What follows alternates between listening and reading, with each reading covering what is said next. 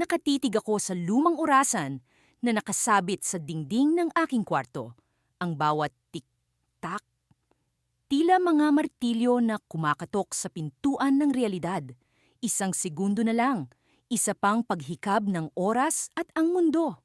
Ang lahat ay mawawala. Alam ko ito. Ako lang ang nakakaalam. At sa bawat segundo, ang kirot sa dibdib ko ay lalong lumalalim. Nasa harapan ko ang mga papel na punong-puno ng kalkulasyon, mga diagram, at mga prediksyon na isinulat ko sa loob ng maraming taon. Ang bawat linya, bawat formula, ay nagsasabing tama ang aking konklusyon. Hindi ito isang delusyon. Ang pagbagsak ng sangkatauhan ay hindi na maiiwasan. Ang tanong na lang ay kung paano ako mabubuhay sa natitirang oras na meron ako. Kanina pa ako nag-iisip, dapat ba akong tumawag sa pulis, sa gobyerno, sa mga siyentipiko? Pero kahit ilang beses kong subukan, wala akong makuha, kundi mga boses na tila walang pakialam. Sino ba ang maniniwala sa isang lalaking nagsasabing, ang mundo ay magugunaw sa loob ng ilang minuto? Kahit ang mga pinakamatalino ay tatawagin akong baliw. Nasa isip ko pa rin ang nangyari kanina. Tumawag ako sa isang kilalang astrophysicist, si Dr. Nasser Ramirez, na minsang naniwala sa aking teorya noong una pa lang akong nagsisikap na ipaliwanag ang mga data. Sabi niya, hindi ko alam kung paano mo nakuha ang mga numerong ito, pero hindi ito posible. Ang mundo ay hindi basta magugunaw sa isang segundo. Ngunit narito ako, nakatitig sa orasan, alam na alam ang bawat detalye ng mangyayari. Ang mga bituin sa kalawakan, ang paggalaw ng mga planeta, ang hindi sinasadyang pagkakahanay na magdadala sa isang hindi maipaliwanag na sakuna. Isang cosmic collision. Ang mundo ay magiging abo at ang sangkatauhan ay mawawala sa isang kisap mata. Tumayo ako mula sa upuan. Ang mga kamay ko ay nanginginig, hindi ko alam kung dahil sa takot o dahil sa bigat ng responsibilidad na dala ko. Lumabas ako mula sa kwarto at tumingin sa bintana. Sa labas, ang mga tao ay patuloy na namumuhay na parang wala nang mahalaga.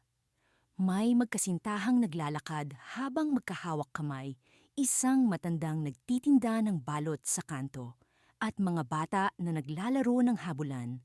Lahat sila walang kaalam-alam, lahat sila walang babala. Gusto kong sumigaw, ipaalam sa kanila ang katotohanan. Pero ano ang sasabihin ko? Tumigil kayo, mamamatay na tayong lahat. Hindi iyon makakabuti. Mas lalo lang silang maguguluhan. Ang mundo ay masyado nang magulo para sa takot. Bumalik ako sa loob at sa harapan ng mesa ko ay isang bagay na matagal ko nang tinatago. Isang maliit na remote. Hindi ito ordinaryong remote. Ito ang resulta ng taon ng pagsasaliksik at pagmamanipula ng teknolohiya. Ang remote na ito, kung gagamitin, ay magpapagana sa isang eksperimento na pinangalanan kong Project Reset. Ang ideya sa likod ng proyektong ito ay simple. Kung ang mundo ay magugunaw, baka may paraan akong maibalik ang oras, isang huling pagsusugal. Pero ang problema, hindi ko alam kung ito ay gagana. Ang teorya ko ay nagsasabing maaari kong baliktarin ang oras sa pamamagitan ng pag-trigger ng isang quantum time reversal mechanism. Ang sistema ay puno ng panganib. Kung magkamali ako, baka mas mabilis pang mag-unaw ang mundo. Pero kung tama ako, maaari kong bumalik sa nakaraan, sa araw kung kailan nagsimula ang lahat at pigilan ng sakuna. Nilagay ko ang remote sa aking kamay. Tumitibok ang puso ko ng mabilis. Tila hinahabol ang oras na nalalabi. Tumitig ako sa orasan. 5 minuto na lang bago mangyari ang cosmic collision. 5 minuto na lang bago mawala ang lahat. Gawin mo na, bulong ko sa sarili. Pero ang kamay ko ay parang nakabaon sa yelo. Hindi ko magalaw ang mga daliri ko. Hindi ko maipindot ang button. Ano ang mangyayari kung magkamali ako? Ano ang mangyayari kung mas lalo kong sirain ang mundo? Sa labas, Naririnig ko ang mga boses ng mga tao. Tila mas masaya sila. Patuloy ang buhay. Ang mga magulang ay tawanan habang kinukunan ng litrato ang kanilang mga anak na naglalaro. Ang mga magkasintahan ay nagkakantahan sa ilalim ng liwanag ng buwan. Hindi ko maiwasang isipin, sila ba ang dahilan kung bakit hindi ko magalaw ang remote? Sila ba ang dahilan kung bakit gusto kong hayaan na lang ang oras na lumipas? 2 minuto na lang. Ang remote ay nasa kamay ko pa rin. Ang pawis ay tumutulo mula sa noo ko. Ang dibdib ko ay tila mabigat, parang hinihila pababa ng hindi nakikitang puwersa.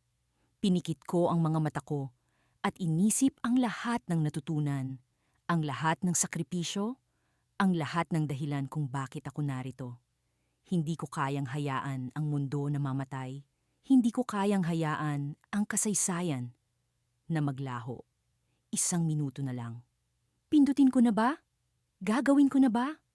At bago pa man ako makapagdesisyon, narinig ko ang isang tunog.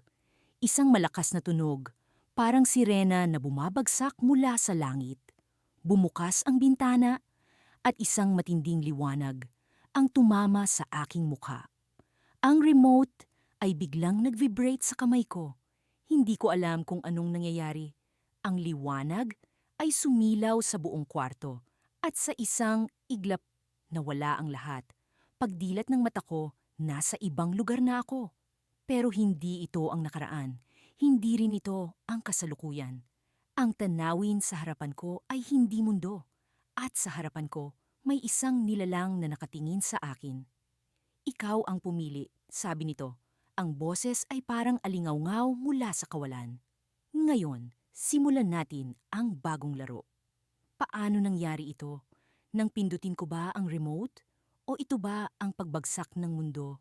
Hindi ko alam, pero ang alam ko lang, ang oras ay hindi na tulad ng dati. Habang tumatakbo ang oras, ramdam ko ang bigat ng aking kaalaman.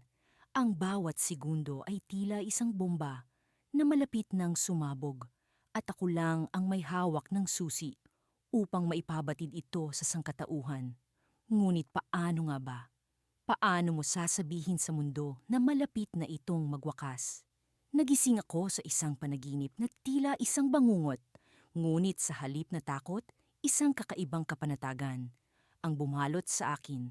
Sa panaginip na yon, nakita ko ang pagpatak ng bawat segundo sa isang malaking orasan na nakabitin sa langit. Ang orasan ay hindi ordinaryo. Ang bawat minuto ay tila alon ng dagat na unti-unting lumalapit sa baybayin, handang lamunin ang lahat ng nasa landas nito. Palabas sa aking maliit na silid, naramdaman ko ang malamig na hangin na dumaloy sa aking balat. Ang mga kalye ay tila nagbabalita ng nalalapit na kapahamakan, tahimik ngunit puno ng pangamba.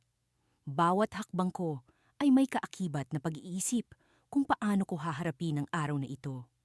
Ang mundo ay nagpatuloy sa normal nitong takbo. Mga tao'y nagmamadali, mga sasakyan ay abala. Ngunit sa likod ng kanilang mga mata, alam kong may hindi kapanipaniwalang takot na nagkukubli. Sa kabila ng lahat, pinili kong umupo sa isang park bench at pagmasdan ng ang mga tao. Isang matandang babae ang nakaupo sa kabilang dulo.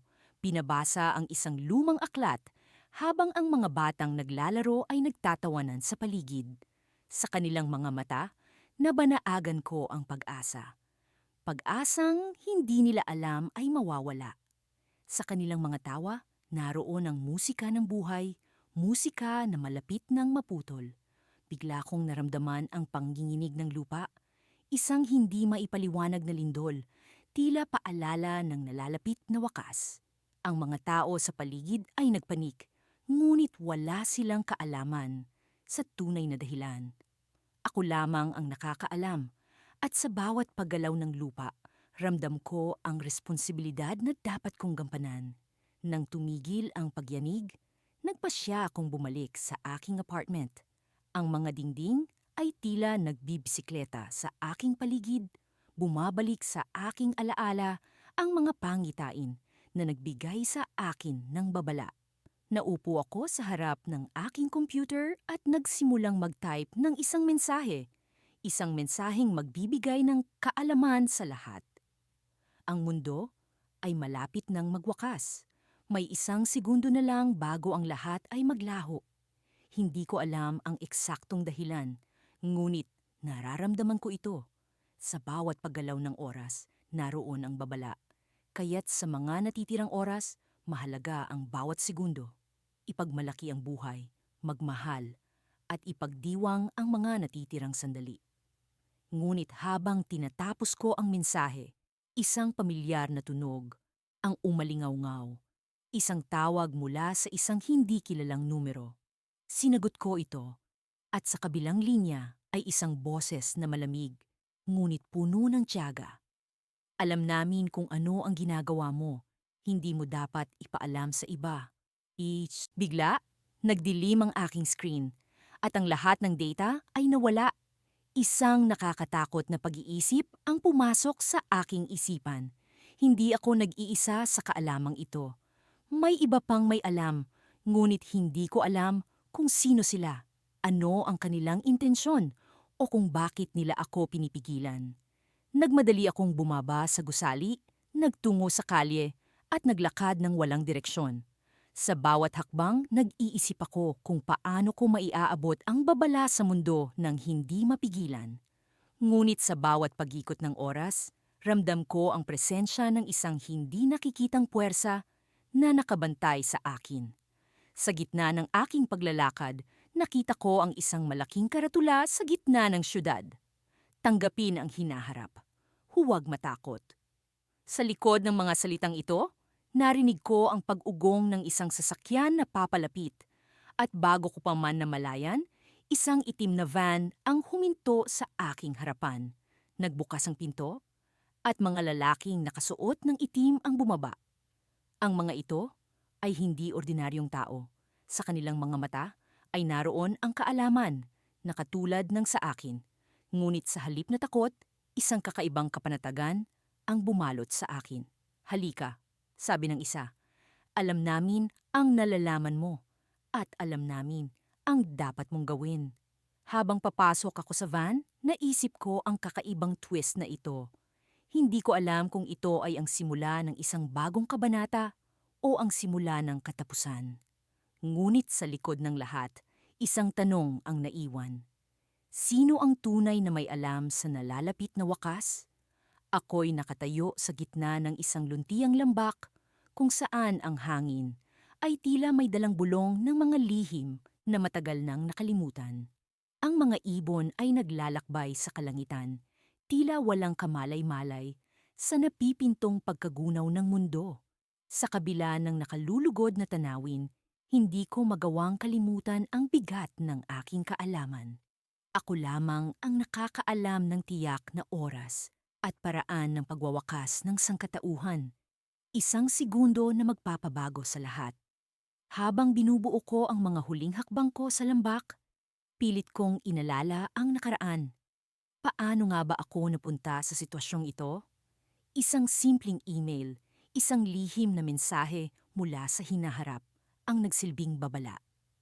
Ang mensahe ay nagsalaysay ng mga detalyeng hindi kayang arukin ng karaniwang isip. Isang pag-aaral na nagmula sa isang hindi inaasahang tagal ng panahon kung saan natuklasan ng mga siyentipiko ang isang cosmic event na magpapabagsak sa ating mundo. Isang segundo bago ito mangyari, lahat ay magbabago.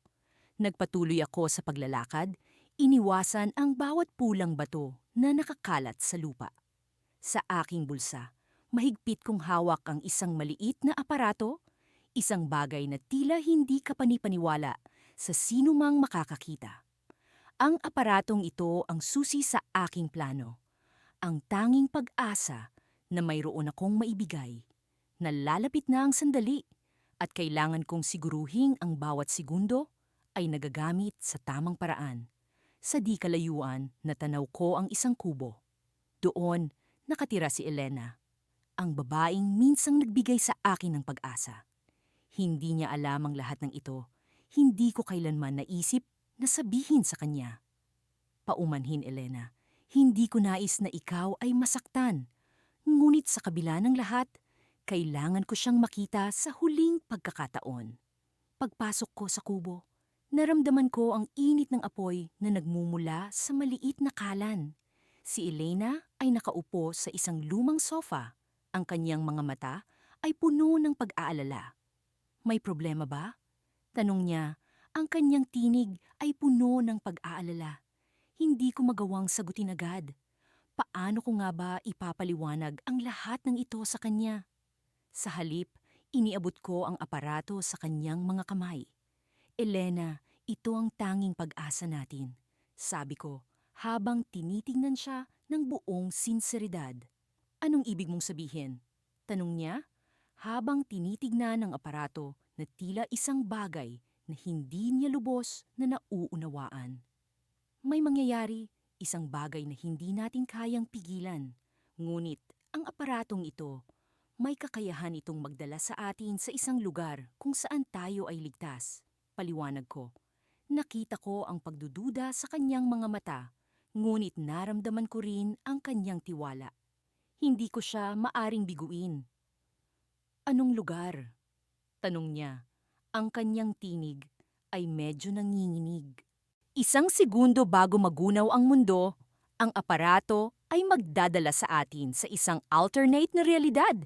Isang mundo kung saan may pag-asa pa. Sagot ko, habang hinahawakan ang kanyang mga kamay. Sa sandaling iyon, naramdaman ko ang paggalaw ng hangin, isang senyales na ang cosmic event ay nalalapit na. Ang kalangitan ay nagsimulang magbago. Ang mga kulay ay nagsimulang maglaho. At ang liwanag ay unti-unting nawawala. Ang oras ay nalalapit at kailangan naming kumilos agad. Elena, kailangan nating gamitin ang aparato ngayon. Pagmamakaawa ko habang nararamdaman ko ang pagbilis ng tibok ng aking puso. Ngunit bago ko pa man magamit ang aparato, narinig ko ang isang malakas na tunog, isang bagay na tila nagmula sa kaibuturan ng lupa. Ang kubo ay nagsimulang umuga at ang mga pader ay tila naglalagablab sa takot.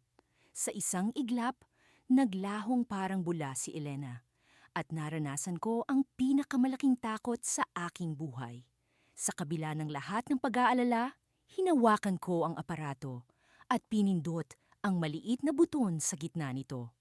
Sa isang iglap, ako'y nabalot ng liwanag at naramdaman ko ang paggalaw sa espasyo at oras. Ngunit sa aking pagdating sa bagong mundo, naramdaman ko ang kakaibang presensya. Hindi ako nag-iisa. Sa kabila ng aking inaasahan, nakita ko ang isang grupo ng mga tao. Lahat ay may parehong aparato sa kanilang mga kamay. Sila rin ay nakatanggap ng parehong mensahe. At ang aming mga mata ay nagtagpo sa pagkabigla.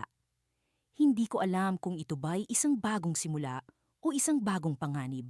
Ngunit isang bagay, ang sigurado, hindi ako nag-iisa sa laban na ito. Muli kong naramdaman ang tibok ng aking puso, ngunit sa pagkakataong ito, puno ng pag-asa. Ang mundo ay nag-unaw, ngunit sa bagong simula, may pag-asa pa. Sa bawat hakbang ko palayo sa lungsod, dama ko ang bigat ng responsibilidad na pasan ko. Ako lang ang nakakaalam ng lihim na magpapabagsak sa sangkatauhan. Ang mga tunog ng mga nagmamadaling sasakyan, mga busina, at mga boses ng nag-usyoso sa paligid ay unti-unting nagiging alingawngaw na lamang sa aking pandinig. Hindi ko lubos akalain na ang mundo, ang lahat ng nakasanayan ko, ay mawawala na parang bula. Nagsimula ang lahat ilang buwan na ang nakalipas.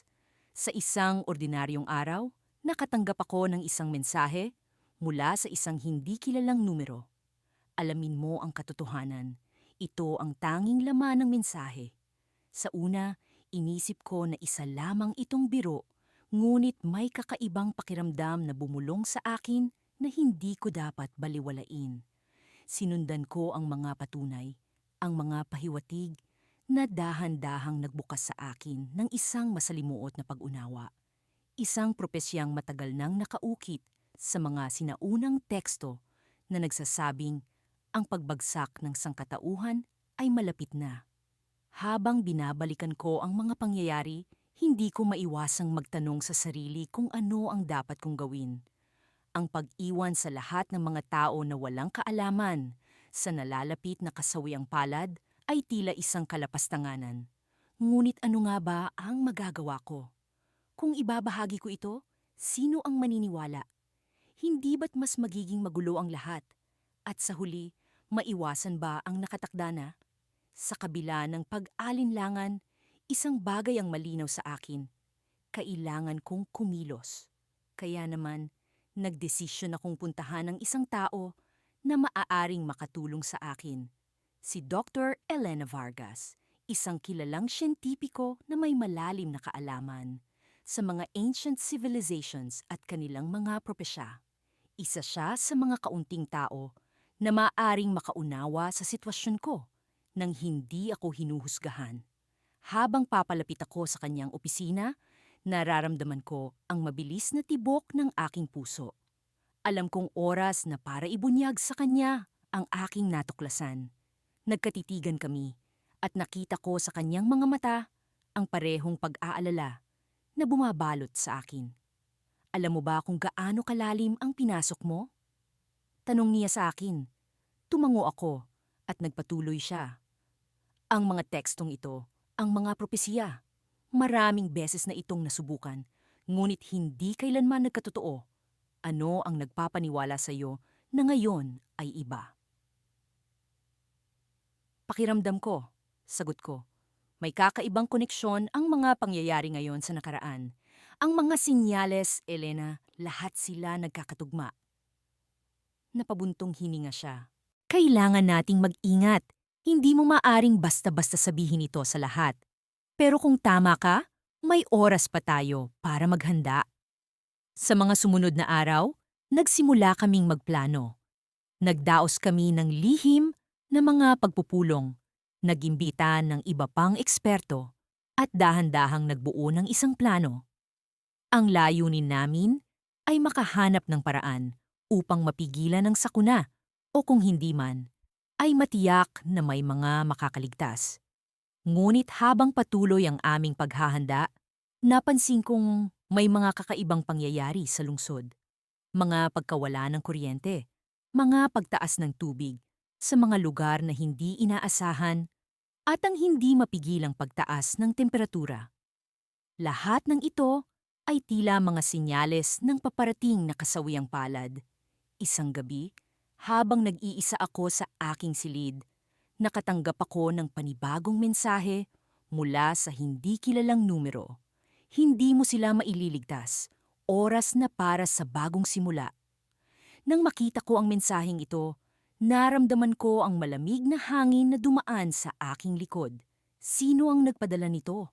At ano ang ibig sabihin ng bagong simula? Bigla akong kinabahan.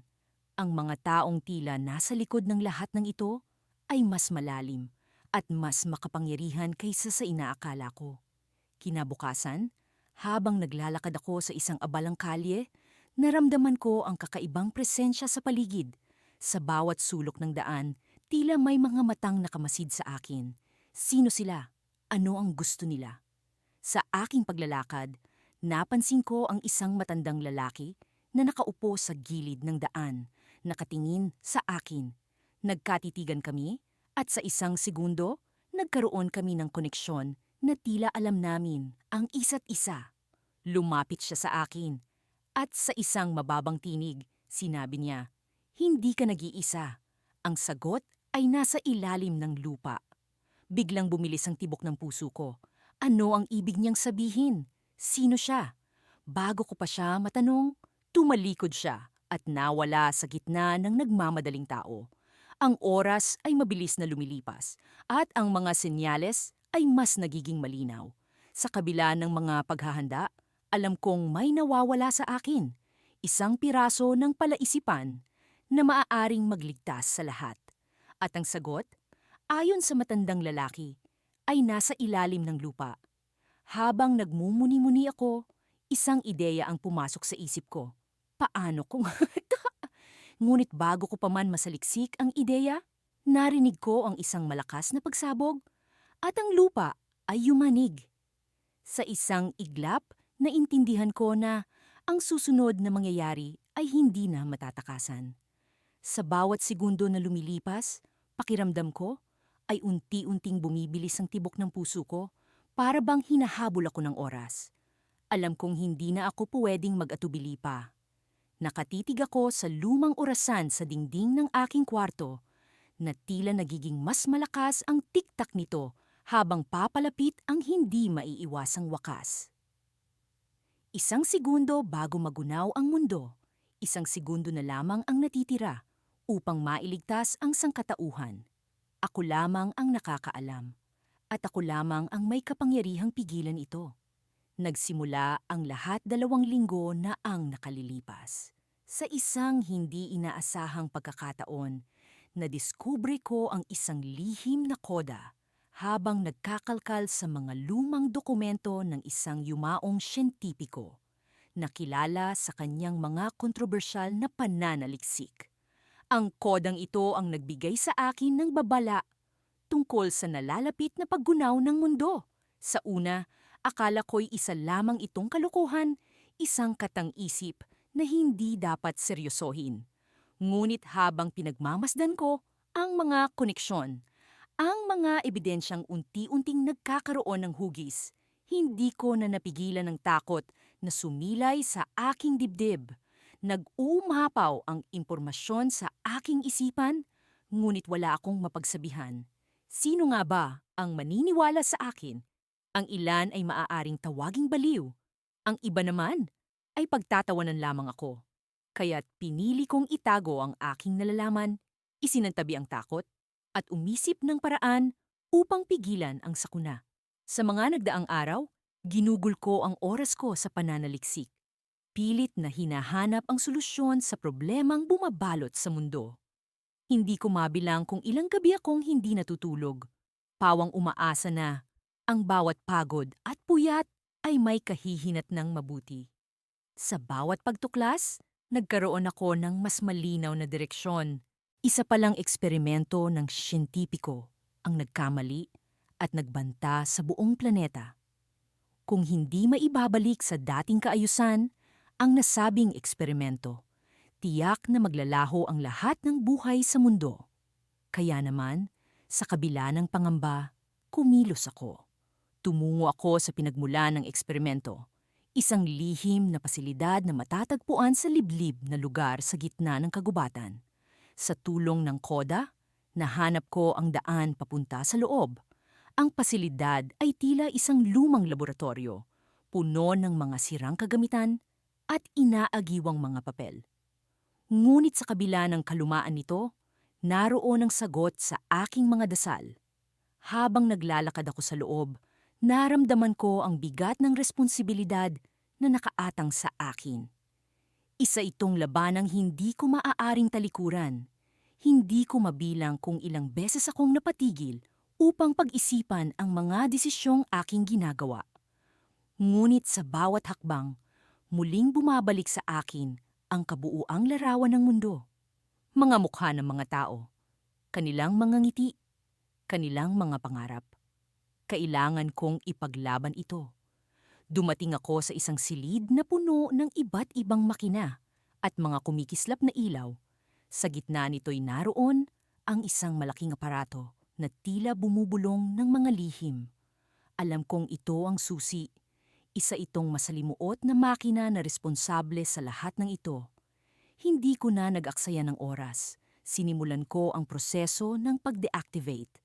Ang bawat pindot ko sa mga buton, bawat pag-adjust ng mga lever, ay parang isang laban ng buhay at kamatayan. Isang mali at lahat ay mawawala.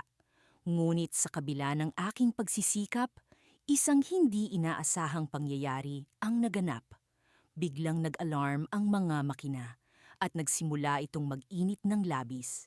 Napaatras ako, nag-aalangang lumapit muli. Paano kung hindi ko ito magawa? Paano kung ang lahat ng ito'y mauwi sa wala?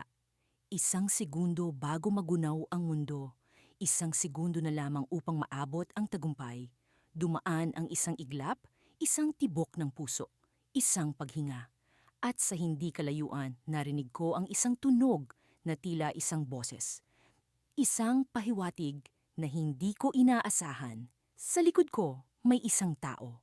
Isang hindi kilalang presensya na tila nagmamasid sa bawat galaw ko. Isang nilalang na nagtatago sa dilim. At sa oras na iyon, biglang sumiklab ang liwanag. At ang lahat ng bagay ay nagkaroon ng bagong kahulugan. Ang mundo ay hindi magugunaw, ngunit hindi rin ito magiging tulad ng dati. Kasama ng presensya, isang bagong kinabukasan ang bumungad sa akin, isang panibagong yugto na hindi ko kailanman inasahan.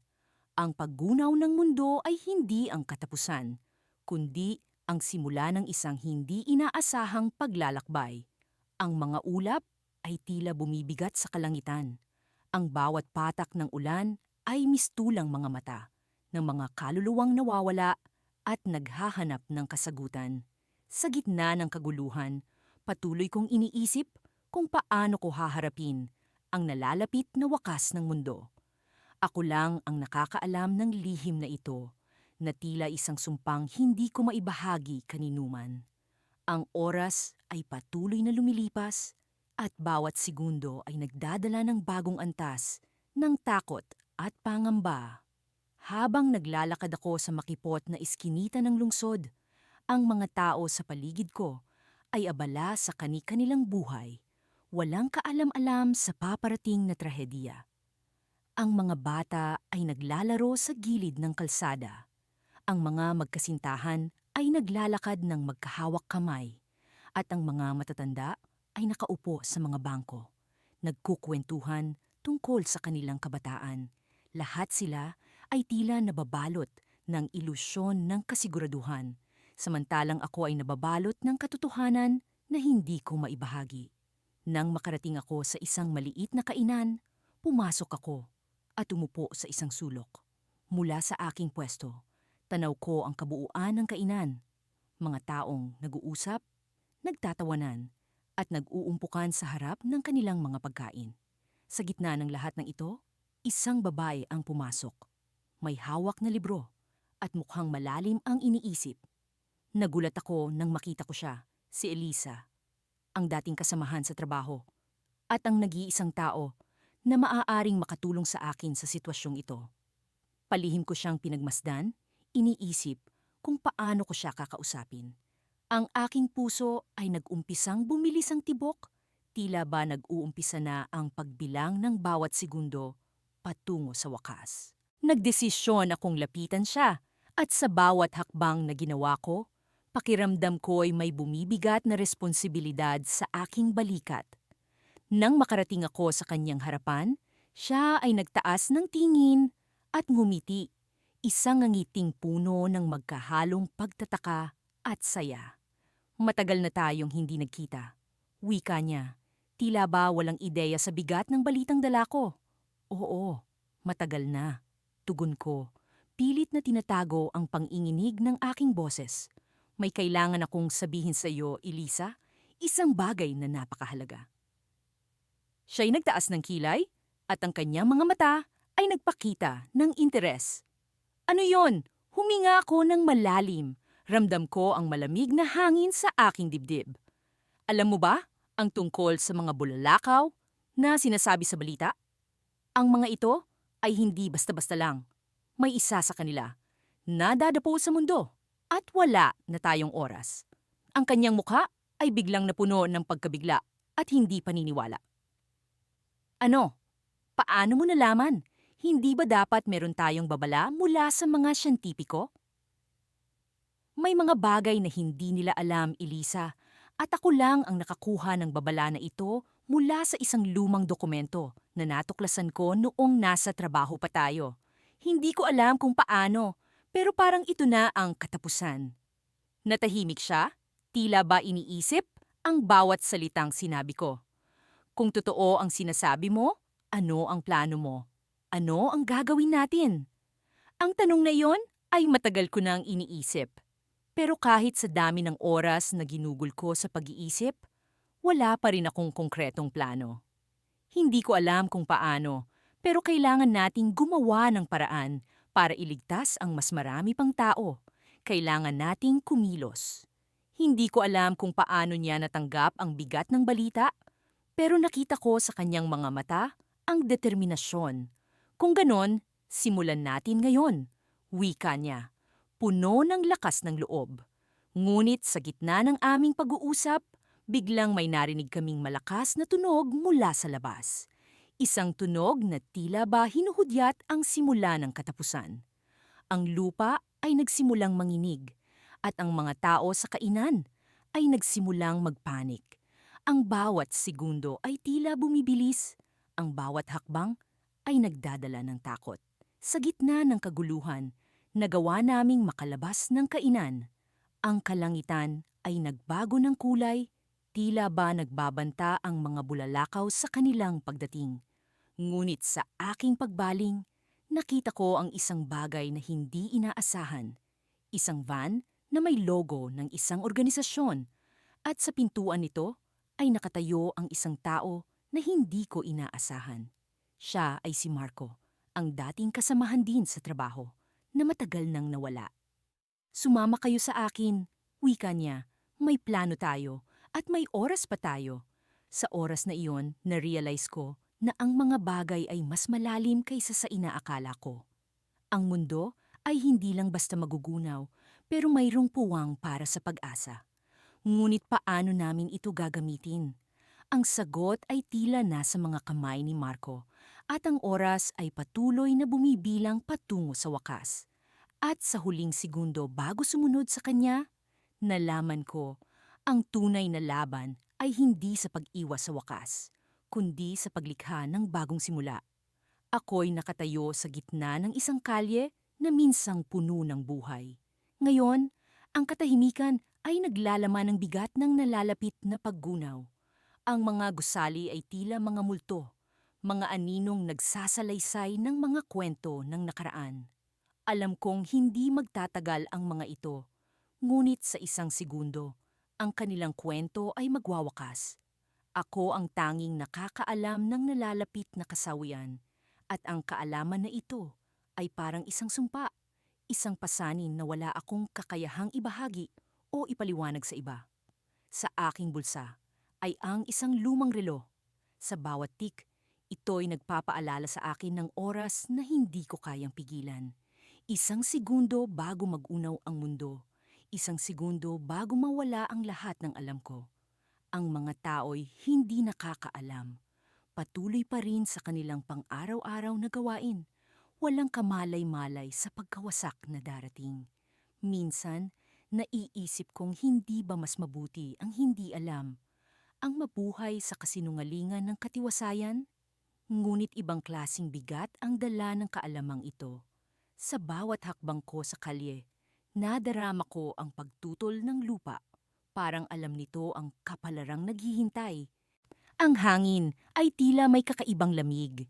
Kahit ang araw ay nagtatago sa likod ng makakapal na ulap. Sa isang segundo, ang lahat ng ito'y magiging alabok. Ngunit bakit ako? Bakit ako ang tanging may alam? Ang tanong na ito'y paulit-ulit na bumabalik sa akin. Walang kasagutan, walang kapayapaan. Sa aking paglalakad, nakita ko ang isang batang babae na naglalaro sa gilid ng daan. Ang kanyang halakhak ay tila musika sa aking pandinig, isang paalala ng ligaya sa gitna ng kawalan. Sa kanyang maliit na mundo, walang banta, walang takot.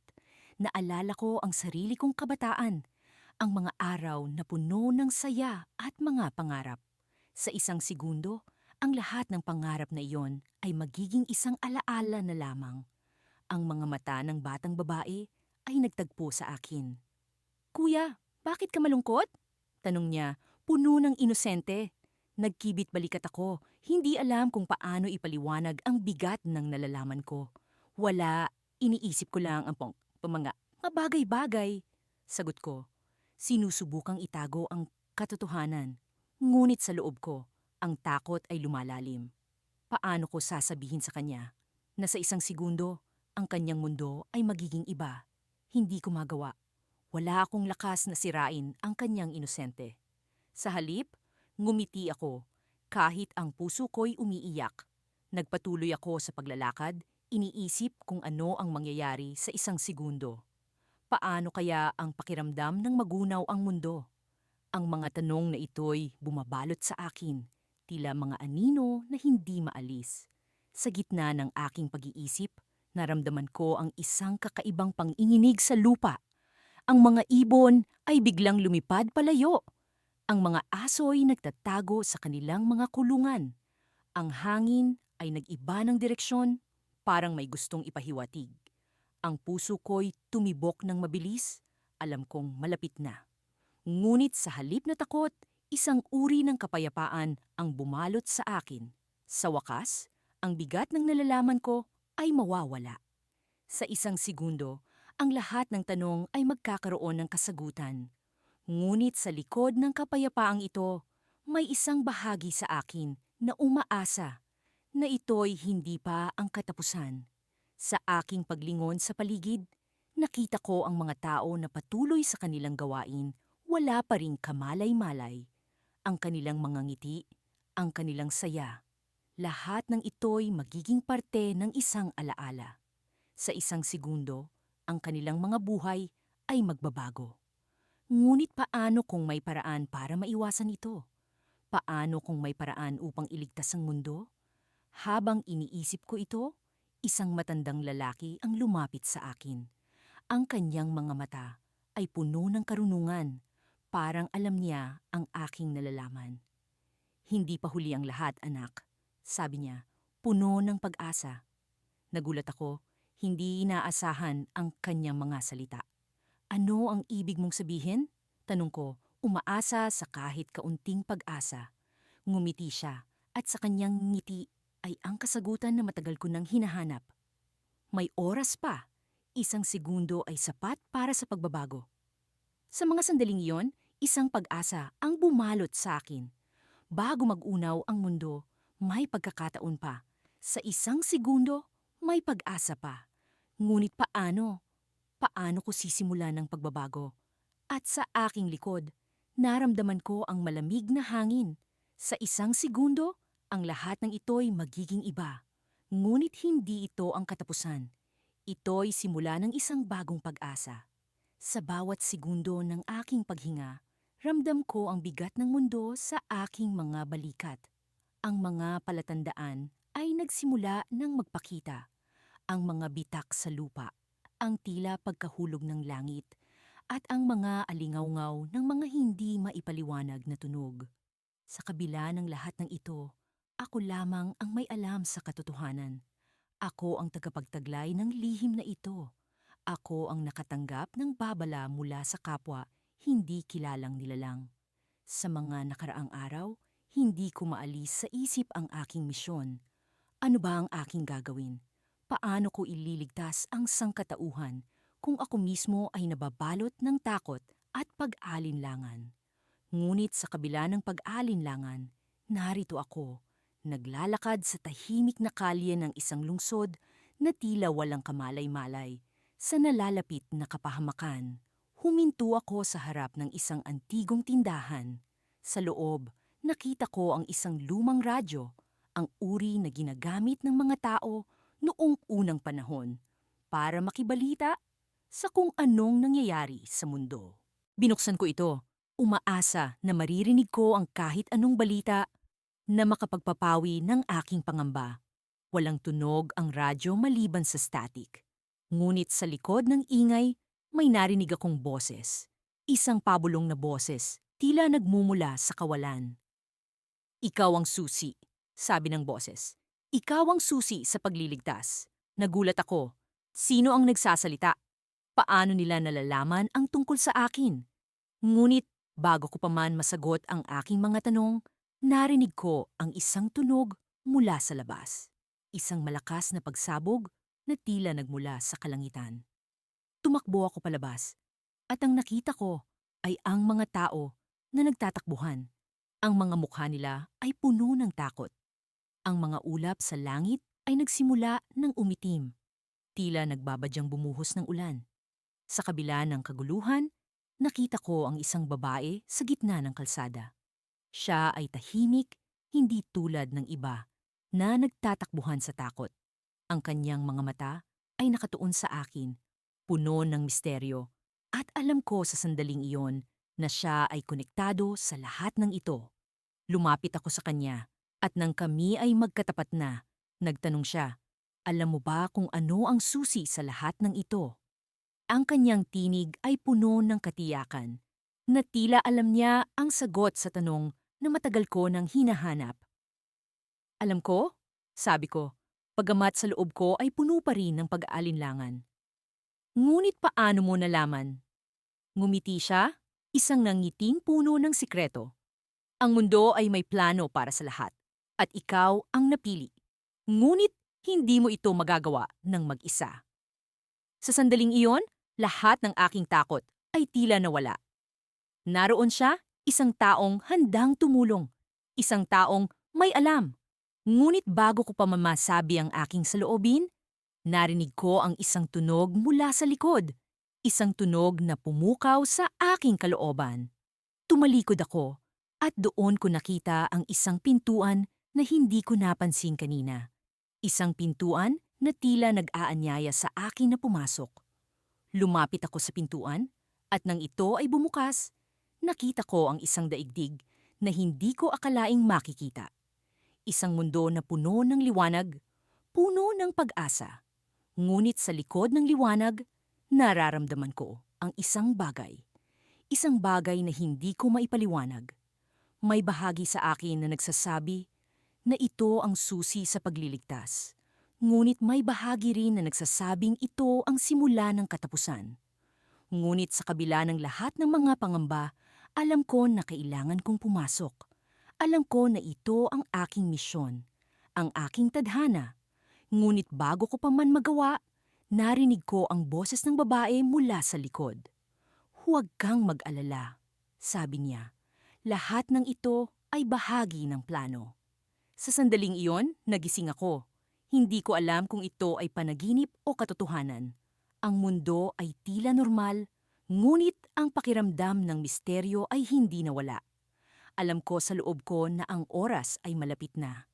Ang isang segundo bago magunaw ang mundo ay hindi na malayo. Sa huling pagkakataon, tiningnan ko ang lumang radyo sa tabi ng aking kama. At sa likod ng static, narinig ko muli ang boses. "Ikaw ang susi," sabi nito. "Ngunit hindi mo ito magagawa ng mag-isa." At sa sandaling iyon, nauunawaan ko na ang tunay na laban ay hindi laban sa mundo, kundi laban sa sarili, ang pag-unawa, na ang susi sa kaligtasan ay hindi sa pag-iisa, kundi sa pagtutulungan. Ngunit ang tanong ay nananatili. Sino ang mga kasama ko sa laban na ito? Sino ang magtutulungan upang iligtas ang sangkatauhan? Sa bawat hakbang ko sa madilim na kalye, ramdam ko ang bigat ng nalalapit na wakas. Ang bawat kanto, bawat anino, ay tila may sariling kwento ng pagnanasa at takot.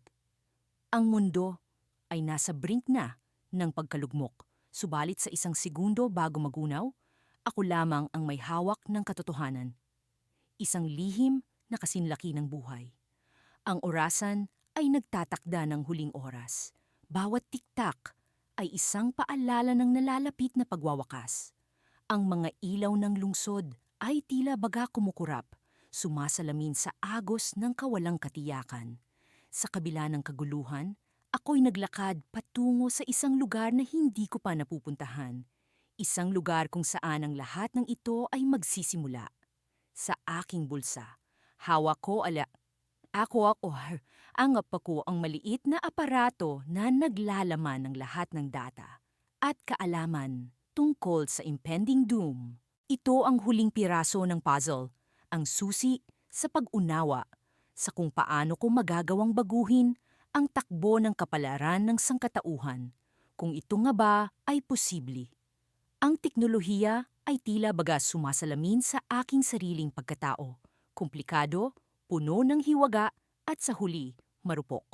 Ang mga tao sa paligid ko ay patuloy sa kanilang normal na buhay, walang kaalaman sa malapit na pagkawasak. Ngunit sa aking mga mata, bawat isa sa kanila ay may kanya-kanyang pinagdadaanan. mga pangarap na hindi na magaganap. Ang mga ngiti, ang mga halakhak, lahat ay tila bahagi na lamang ng isang palabas na malapit nang magtapos. Sa aking paglalakad, natagpuan ko ang aking sarili sa harap ng isang lumang gusali. Isang lugar na naglalaman ng lahat ng sagot. Sa kabila ng takot at pagdududa, pumasok ako. Ang loob ng gusali ay tila baga isang santuwaryo ng mga alaala. Bawat sulok ay puno ng mga nakaraang pangyayari na nagdala sa akin sa puntong ito. Sa gitna ng silid, naroon ang isang mesa na puno ng mga papel, mga dokumento na nagsasaad ng bawat detalye ng paggunaw ng mundo.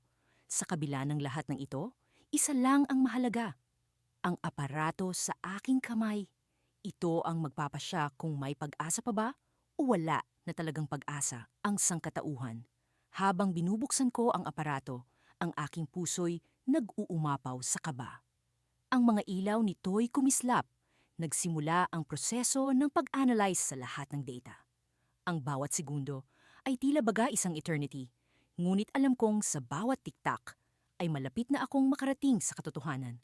At doon ko nakita, Emita, isang anomaly, isang maliit na piraso ng impormasyon na tila baga hindi dapat naroroon. Isang error na hindi ko inaasahan na nagtuturo sa akin ng isang posibilidad na hindi ko kailanman naisip. Ang mundo ay hindi dapat mag-unaw. Ang lahat ng ito ay isang pagkakamali. Isang glitch sa sistema na maaring ayusin. Sa isang iglap, ang aking mundo ay nagbago. Ang takot ay naging pag-asa. Ang kawalan ng pag-asa ay naging posibilidad. Ngunit kasabay ng pag-asang ito ay ang isang bagong takot. May ibang tao na may alam sa lihim na ito, isang tao na may kapangyarihan na pigilan ang pag-aayos ng error. Sa likod ng gusali, isang anino ang gumalaw. Ang mga hakbang nito'y papalapit sa akin. Ang presensya nito'y nagsisilbing paalala na hindi ako nag-iisa sa labang ito. Alam ko na sa isang segundo, bago mag-unaw ang mundo, may pagkakataon pa akong baguhin ang lahat, ngunit kailangan kong kumilos ng mabilis.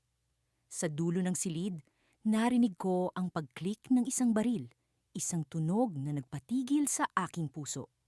Ako'y humarap, at doon ko nakita ang mukha ng taong naglalagay ng lahat ng ito sa peligro. Isang mukha na hindi ko inaasahan, isang tao na matagal ko nang kilala, kaibigan, ngunit ngayon ay kalaban. Alam mo na ang lihim, sabi niya. Ang kanyang boses ay puno ng lungkot at determinasyon. Hindi ito dapat mangyari. Sa sandaling iyon, alam ko na ang laban ay hindi lamang tungkol sa pag-ayos ng error, kundi tungkol sa pag-unawa sa kung paano namin haharapin ang katotohanan. Ang mundo ay nasa brink ng pagkalugmok, ngunit sa isang segundo bago magunaw, ako'y nakaharap sa isang desisyon na magbabago sa lahat. Sa kanyang mga mata, nakita ko ang isang piraso ng pag-asa, isang piraso ng kalungkutan. May oras pa, sabi ko.